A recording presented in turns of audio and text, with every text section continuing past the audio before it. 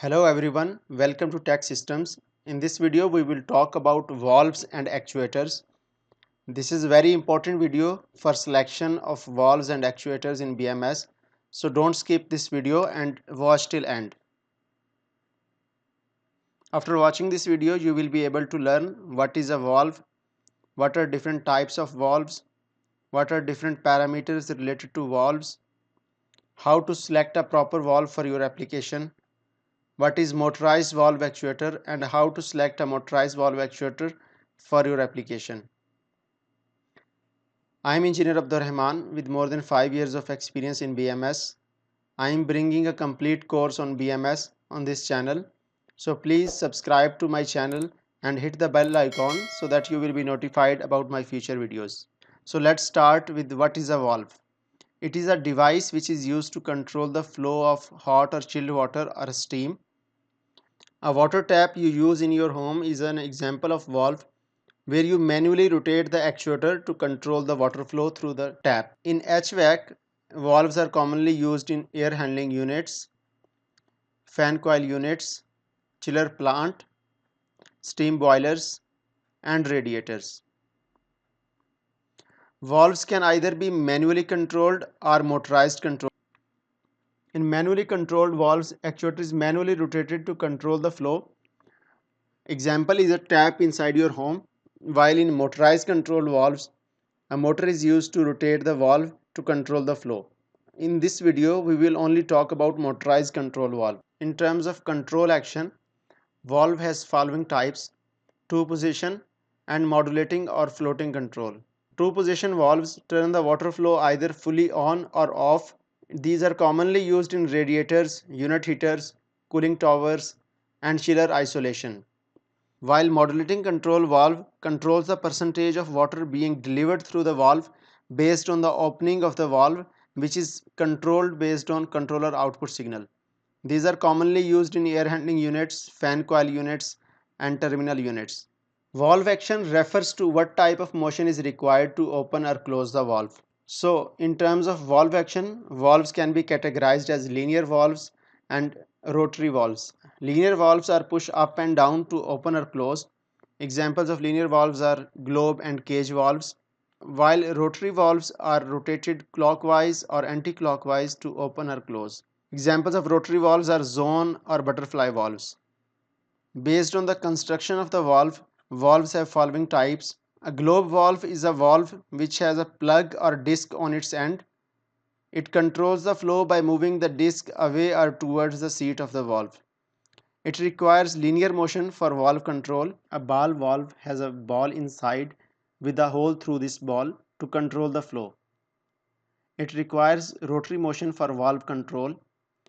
These valves are mostly used for two position control to either fully turn on the valve or turn off the valve. A butterfly valve has a circular disc which is used to control the flow. Like ball valve, they also need rotary motion for valve control. It is commonly used for equipment isolation, for example for chillers. It provides tight shut-off against the flow. A cage valve has a plug which is moved up or down inside a cage to control the water flow. It requires linear motion for valve control. In terms of piping arrangement, valves can be two-way or three-way valves. A two-way valve has one inlet and one outlet port. This type of valve is mostly used in variable water flow systems. While a three-way valve has three ports, this is used in constant water flow chilled water systems. Three-way valves can be mixing valves or diverting valves. A mixing valve has two inlets and one outlet. Mixing valves are used to mix two fluids. For example, a hot water and cold water can be mixed using this valve. While diverting valves have one inlet and two outlets. In a constant flow chilled water system, diverting valves are used with AHU and FCU coils. Now let's talk about some ratings related to valves. Static pressure rating or pressure nominal. This is the maximum pressure valve can withstand without any external leaks. For example, a valve rated at PN16 means that this valve can withstand a 16 bar pressure without any external leaks through the valve. To understand close of pressure, let's consider a simple example where a pump is supplying chilled water to an AHU coil. When valve is closed, a differential pressure will build up across the valve due to the head pressure of the pump. The maximum differential pressure in closed position that a valve can withstand without any leakages is known as close of pressure. In some valves, close of pressure also depend on the actuator used, while in others it don't depend on the actuator. For example, plug valve and globe valve closes against the flow, so close of pressure is dependent on the actuator rating. While for ball valve and cage valve, these valves closes across the flow, so close of pressure is not dependent on the actuator. Let's have a look at an example of Honeywell three-way valve. This is screenshot from the data sheet of the valve. Different valve sizes are mentioned here from DN15 to DN50. Let's consider first type of actuator having 600 Newton force. If we use this actuator with DN15 valve, the close of pressure is 1600 kilopascal, which means this combination of valve and actuator can withstand a pressure differential of 1600 kilopascal without any leakages. But if we use this same actuator with DN50 valve, close of pressure rating decreases to 250 kilopascal, which means this combination can withstand only 260 kilopascal differential pressure in closed position. If we use 1800 Newton actuator with the same DN50 valve, the close of pressure rating will become 850 Pascal. So from this example, it is very clear that in case of globe valves, close of pressure is also dependent on the actuator we are using with the valve. Now let's talk about flow characteristics of valves. Flow characteristics means how flow changes as the valve opens or closes. In terms of flow characteristics, valves can be quick opening, linear, or equal percentage. A quick opening valve produces a large change in flow with initial small opening of the valve. In quick opening valve, near maximum flow is reached with a small initial stem travel. This type of valve is best for on-off control. Zone, plug, and cage valves are examples of quick opening valves. While in linear valve, flow changes linearly with change in opening or closing of the valve. It is best for steam or blending two fluids. Some globe valves are linear valves. While an equal percentage valve produces equal percentage change in flow per fixed increment of valve stroke at any position on its curve. It is best for modulating control of cooling or heating coils in AHUs and FCUs. Some globe valves and ball valves are examples of equal percentage valves. To understand more about usage of equal percentage valve, let's take an example of heating coil of an AHU. For efficient and effective control, desired relationship between valve opening and heat output is linear, as shown in this figure. For example, if valve is 50% open, we want heat output also to be 50%. But modulating coils shows non-linear relationship between flow and the heat output. That's why equal percentage valves are used with these coils, so that finally we get linear relationship between stem travel and the heat output for efficient temperature control. A valve size simply refers to the diameter of the pipe it is fitted for. It is usually mentioned in inches or millimeters. For example, a DN50 valve means its diameter is 50 mm. Flow capacity of the valve depends on its interior design and construction. A two-position valve is usually selected of same size as the pipe size, while modulating valve is usually sized smaller than the pipe size to offer some resistance for effective control. Now, to understand about valve sizing, it is very important to first understand flow coefficient. It is defined as a flow in gallons per minute at 60 Fahrenheit through a full open valve with a pressure drop of 1 psi. For example, if a valve has 10 GPM flow through a valve at a pressure drop of 1 psi, then its flow coefficient is 10. This formula can be used to calculate flow coefficient for any fluid, where Q is water flow rate in GPM, G is specific gravity of fluid, P is pressure drop in psi. For water, specific gravity is 1, so for water we can use this formula. Flow coefficient is a measure of resistance valve offers to the flow. Higher the flow coefficient, lower the resistance valve offered to the flow. A valve with same pipe size is usually offered with different flow coefficients.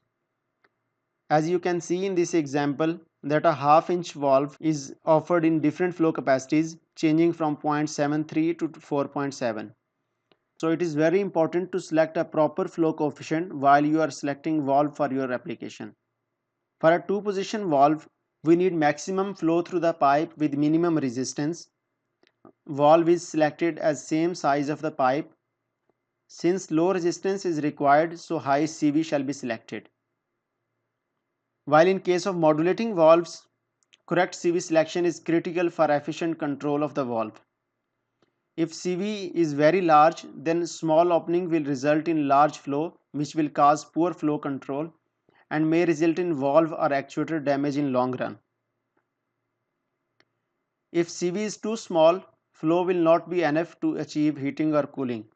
So it is very important to calculate CV for the modulating valves. Usually we size the control valve with a pressure drop equal to the coil pressure drop. For example, if required flow is 50 GPM and coil pressure drop is 5 psi, then CV can be calculated as 22.4. Usually we know the GPM but coil pressure is unknown. So in this case you can consider a value of 3 to 5 psi. Usually we consider 4 for simpler calculations. For example, if required flow is 50 GPM and we use 4 psi, then the CV will be 25. To round off a CV value, we usually select lower CV for hot water application and higher CV for chilled water application. Valve have three type of connections: external threaded type connections, internal threaded type connections, and flange connections. So in summary, to select a valve, we shall answer following questions. What is piping arrangement? Two-way or three-way? Does application need two-position control or modulating control? What is pipe size? For two-position control, valve size is selected same as pipe size, while for modulating control, valve size is selected smaller than or equal to the pipe size. What valve construction style is required? Usually for HU use, we select globe valves. For FCU use, we select cage or ball valve. For chiller, we use butterfly valve for isolation. What type of medium is being controlled? We are controlling hot water, chilled water or steam. Also, it is very important to know if there is any chemical mixed with the water. For example, glycol is mixed with water to decrease water freezing point to avoid water freezing inside the pipes. What shall be static pressure rating of the valve? Usually pipes are rated as PN16 or PN20. Also, what is required flow coefficient and pressure drop for the valve? We already discussed earlier. Now let's talk about motorized valve actuator. It contains a motor which is used to open or close the valve. To select a proper motorized valve actuator, we shall consider the following. What type of motion is required to open or close the valve? Do we need linear motion or rotary motion? What type of control is required? Do we need two-position control, floating control, or modulating control? Does application require a normally open or normally closed valve? Does spring return actuator is required or not? A spring return actuator is returned back to its original fail-safe position upon power failure. Per globe or cage valve, what is stroke or stem size of the valve? If stroke size of valve is 20 mm, valve actuator with same stroke size shall be selected. For globe or cage valve, what is required close of pressure rating of the valve and actuator assembly? This we already discussed earlier. Also in last, we shall consider how much actuator close of force is required with the valve. Just we discussed what parameters we shall consider while selecting an actuator, but it is very important to consult data sheet of the valves. Usually in data sheet of the valves it is mentioned what type of actuators are compatible with this valve. As shown in this screenshot, compatible actuators are shown in front of each type of valve. So that's all for this video. If you find this video useful, please like this video and give your feedback in comments section. Also, if you did not subscribe, please subscribe to this channel and hit the bell icon so that you will be notified of our future videos.